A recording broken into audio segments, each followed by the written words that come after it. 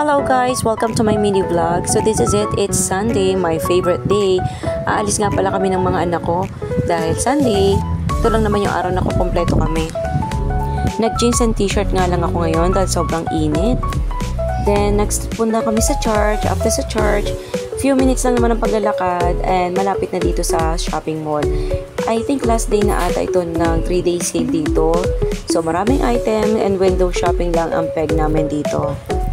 Nagdiretso nga kami sa third floor kasi uhaw na ako. Dito kasi ako bumibili ng favorite drinks kong kalamansi. Pure kalamansi siya at hindi talaga siya matamis. Very refreshing, ganon, very demure. Then, magpapaayos na kuko nga ang aking anak, ang bunso ko, dalaga na talaga. May dalaga na talaga ako. So, dito kami nakapunta sa nail art kasi yung kabila ay puno na, hindi na nag-a-accept. Dito siya magpapa-gel polish and hindi biro talaga ang presyo. Ang mahal. So, kailangan niya ng gel polish. So, dito at least na-accept agad siya. Buti nag-start siya agad at sabi ko dahil 1 hour pa daw yan, iwanan muna namin siya. So, enjoy and relax ka lang dyan dahil kami naman ni Kuya ang mag-uuli. Minsan ko lang kasi makasama yung anak ko panganay.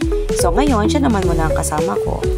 So, kailangan muna nating humiram sa ating machine kasi 20 pesos na lang ang nasa bag ko.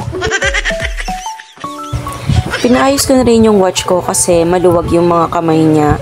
So, kailangan natin paayos. Sa dami ng mga watch ngayon, isa lang talagang brand ang gusto ko, G-Shock. Pero hindi ko yung nabili sa sarili ko, nabili ko para sa iba.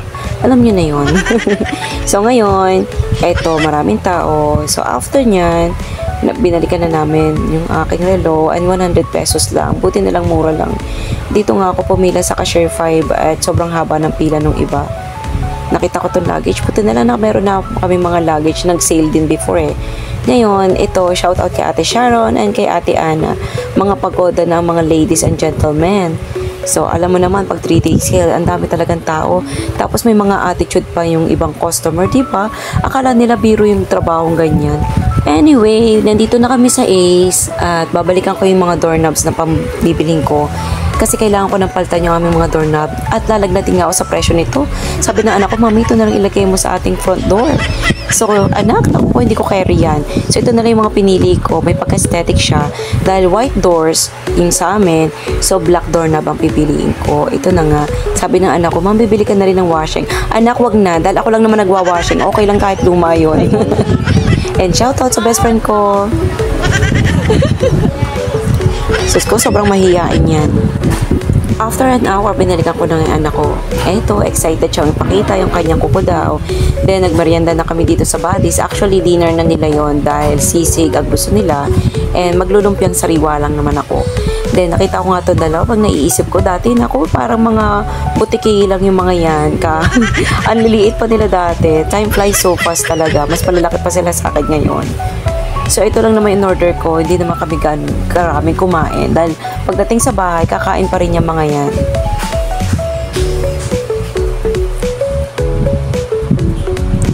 Lagi nga pala akong humingi ng disposable. Actually, may charge yun. Dahil mas gusto ko yung disposable na baso. Then, nagka-crave ako sa leche flan. Dito bili ako sa Max. To be honest, hindi ko feel yung leche flan talaga nila. Ang tabang na para lang siya, parang lasang gulaman. Alam mo yung gano'n, meron kasing leche flan talaga akong hinahanap na maligat, creamy yung lasa niya talaga. So, 99 pesos, ganito kaliit. Hindi ko talaga type. Sorry. Kasi ako talaga fan ng leche flan. Alam ko yung leche flan talaga ng lasa. So, ito naman, yung in-order namin, ang paborito ko, walang kaumay-umay na ubod, veggies mix ubod, then tuna pizza, and sisig. So, yun lang. Thank you for watching and kain tayo.